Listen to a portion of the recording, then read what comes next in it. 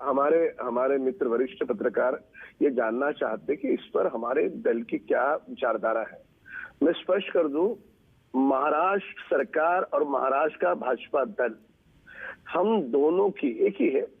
पूरी तरह से स्पष्ट मानसिकता है कि मराठाओं का आरक्षण दिया जाए, अन्य किसी भी आरक्षण को ठेस या धक्का लगे बगैर। ये पहला बिंदु। दूसरा बिंदु, अब जाति न्याय गणना हो न हो, अब हम एक दल की सरकार तो है नहीं है, अब तीनों दलों को साथ में लेकर के जाना है, तो उसके ऊपर मंथना हो सकती है। ये इतना गहराई का विषय है कि इसको एस या नो इस पर जवाब नहीं दिया जा सकता। जातिगत जनगणना पर कोई स्टैंड है महाराष्ट्र की बीजेपी का? मैं वही कह रहा हूं आपको, इस पर एस या नो पर नहीं दिया जा सकता जवाब।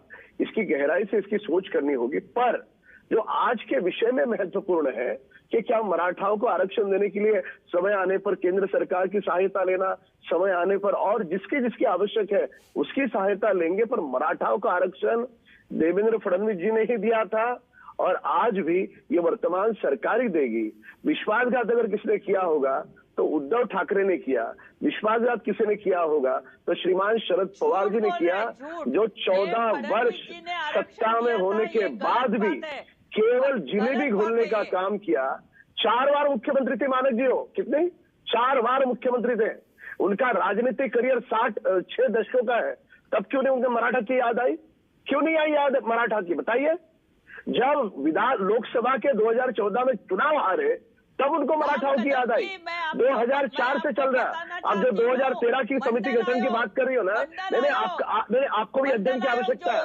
हमेशा डिबेट में ना, हमेशा डिबेट में आप जैसे आप ही सब कुछ विद्वान हो, इस भांति जो आती हो ना उस सर को जरा कम करो। आप समझ रहे हैं मेरी बात?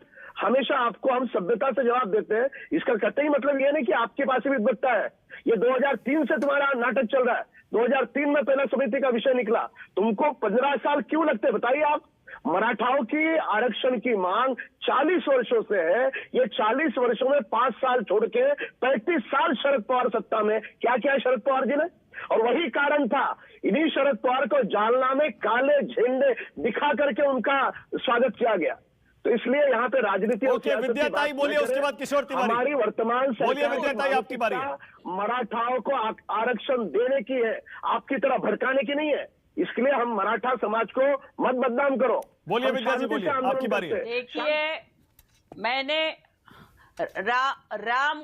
राम कदम जी को ये बात अच्छी तरह से मालूम है कि पवार साहब 55 इयर्स राजनीति में है। उन्होंने ही मंडल आयोग महाराष्ट्र में जारी किया था। इनके पार्टी ने विरोध किया था। वीपी सिंह सरकार का पाठिंबा इन्होंने निकाल लिया था और मंडल को दबाने के लिए कमंडल निकाला था, रथ यात्रा निकाली थी।